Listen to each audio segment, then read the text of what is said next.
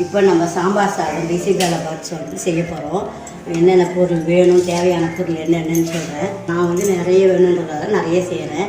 பச்சரிசி போடுறோம், 1 பங்கு பச்சரிசி, 1/2 பங்கு துவரம்பருப்பு போட்டு, மஞ்சத்தூள் 1/2 ஸ்பூன், பூண்டு 4-5 பல், சீரகம் சின்ன ஸ்பூனில் 1 சீரகம், பெருங்காயம் இவ்வளோ போட்டு 1 பங்கு அரிசிக்கு 3 பங்கு தண்ணி ஊற்றணும்.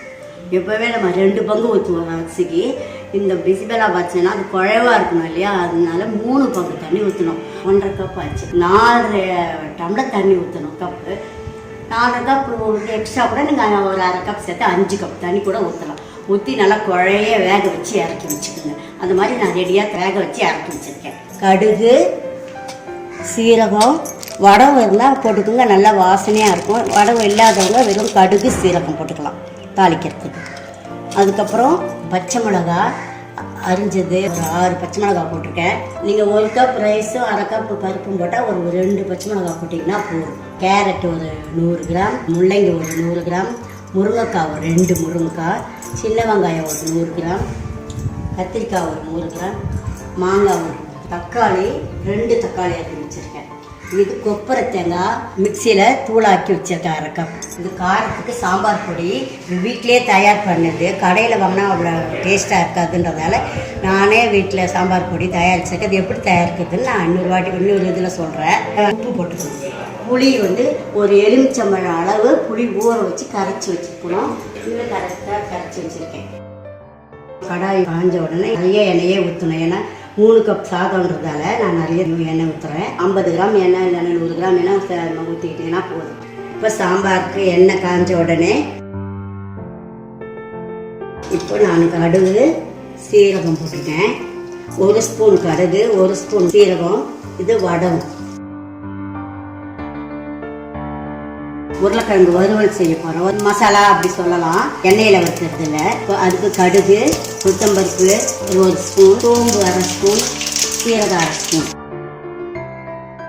இப்போ பொரிஞ்சிச்சு. அதில் இஞ்சி பூண்டு, நசுக்கலை இஞ்சி பூண்டு, உருளைக்கிழங்கு போடுறேன், கருவேப்பிலை போடுறேன், வெங்காயம் நறுக்கிற ஒரு பெரிய வெங்காயம், இதில் தாளிச்சாச்சு. இதில் பச்சை மிளகா, சின்ன வெங்காயம், கருவேப்பிலை. காரம் வேணுன்றவங்க சிவப்பு மிளகாவும் ஒரு 2-3 போட்டுக்கலாம். காரம் வேண்டாம்னா சிவப்பு மிளகாய் போடாமல் இருக்கலாம். சாம்பாருக்கு சின்ன வெங்காயம் நல்லா வதங்கிடுச்சு. அதில் கொத்தமல்லி, தக்காளி எல்லாம் போட்டு வதக்கி வச்சுருக்கேன்.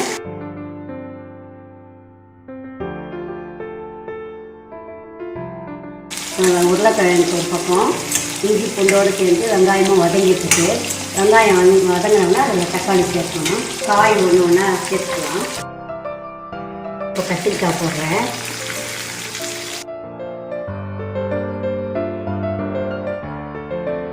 கேரட், முள்ளங்கி, முருங்கைக்காய் எல்லா காயும் போட்டு எண்ணெயில் அந்த எண்ணெயிலே அப்படியே வதக்கிட்டு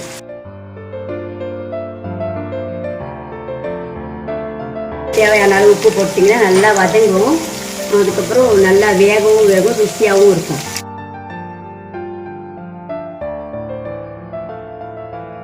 காயெல்லாம் ஓரளவுக்கு வெந்த உடனே அதில் கொப்பரை தேங்காய் இருந்துச்சுன்னா 1/2 கப் கொப்பரை தேங்காய் புது வச்சு வச்சது நான் போட போகிறேன். கொப்பரை தேங்காய் இல்லாதவங்க சாதா தேங்காய் கூட யூஸ் பண்ணிக்கலாம்.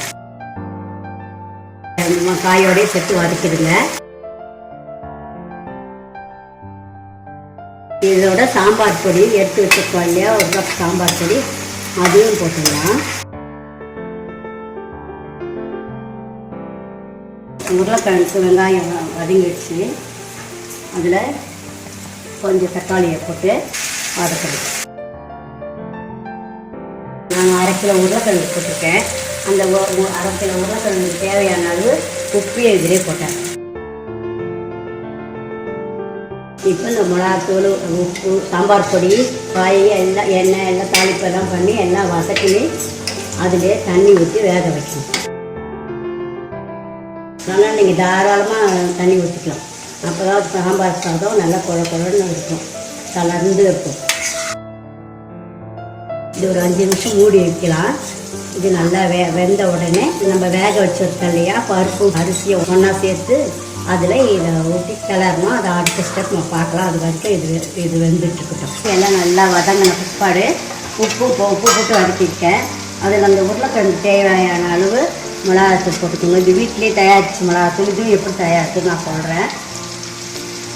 இது நான் 1/2 கிலோ உருளைக்கிழங்குக்கு இந்த ஸ்பூனால் 3 ஸ்பூன் போடுறேன்.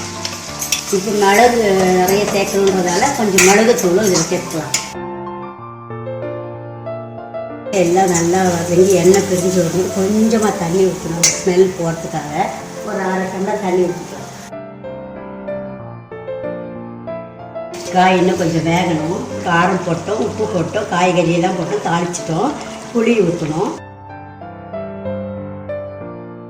இதுவும் ஒரு கொதிக்கட்டும். அதுக்குள்ளே காய் நல்லா வெந்துடும். நல்லா இருக்கான்னு சொல்லி பார்த்துட்டு அதுக்கப்புறம் சாதத்தை சேர்த்துக்கலாம். இன்னும் கொஞ்சம் கெட்டியாகணும். பருப்பு சாதம் வேக வச்சது இங்கே ரெடியாக இருக்குது. பாருங்க, நான் 3 பங்கு தண்ணி ஊற்றி கூட அது இன்னும் கொஞ்சம் கட்டியாக தான் இருக்குது. அதனால தான் நம்ம அந்த சாம்பார் மாதிரி வச்சுமே அது கொஞ்சம் நிறைய தண்ணி ஊற்றி வச்சுருக்கேன். நல்லா எண்ணெய் பிரிஞ்சு வந்துச்சு. வேக வச்சு தோலை உரித்து கட் பண்ண உருளைக்கிழங்கு இதில் போட்டு கிளறி 2 கலர் கிளறிட்டு இறக்கிட வேண்டியதுதான்.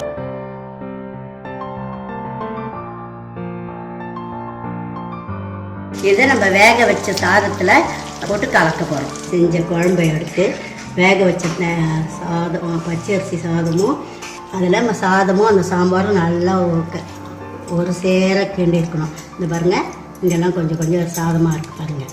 இந்த மாதிரி இல்லாமல் நல்லா கிளறணும்.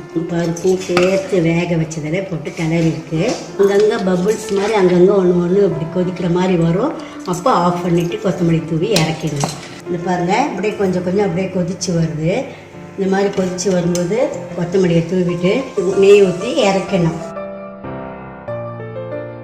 இப்போ இது ரெடி ஆயிடுச்சு. சாம்பார் சாதம் பிசி பேலா பாத் ரெடி ஆயிடுச்சு. ஸ்வீட் பிடிக்கிறவங்க கொஞ்சம் ஒரே சின்ன கட்டி வெல்லத்தை சேர்த்துக்கலாம். இந்த சாம்பாரில் சேர்த்து இதில் போட்டுக்கலாம். எங்களுக்கு ஸ்வீட் பிடிக்காதுன்றதால நான் இதில் எடுத்து சேர்க்குறேன். இது பாருங்கள், நல்லா கொதிக்குது. அப்படியே கொதிச்சு வருது பாருங்கள். இப்போ ஆஃப் பண்ணிடலாம். இது கொத்தமல்லி தூவி இறக்க வேண்டியதான். உருளைக்கிழங்கு மசாலா ரெடி. இந்த வீடியோ பார்த்ததற்கு நன்றி. இந்த ரெசிபி உங்களுக்கு பிடிச்சிருந்தா லைக் பண்ணுங்கள், ஷேர் பண்ணுங்கள். என்னுடைய சேனலுக்கு சப்ஸ்கிரைப் பண்ணுங்கள். பெல் பட்டன் அழுத்துனீங்கன்னா புதுசாக அப்லோட் பண்ணுற வீடியோ உங்கள் நோட்டிஃபிகேஷனுக்கு வரும். உங்களுக்கு புது ரெசிபீஸோ இல்லை ஏதாவது கொஷின்ஸோ இருந்தால் கமெண்ட் செக்ஷன்ஸில் கொடுங்க. நன்றி.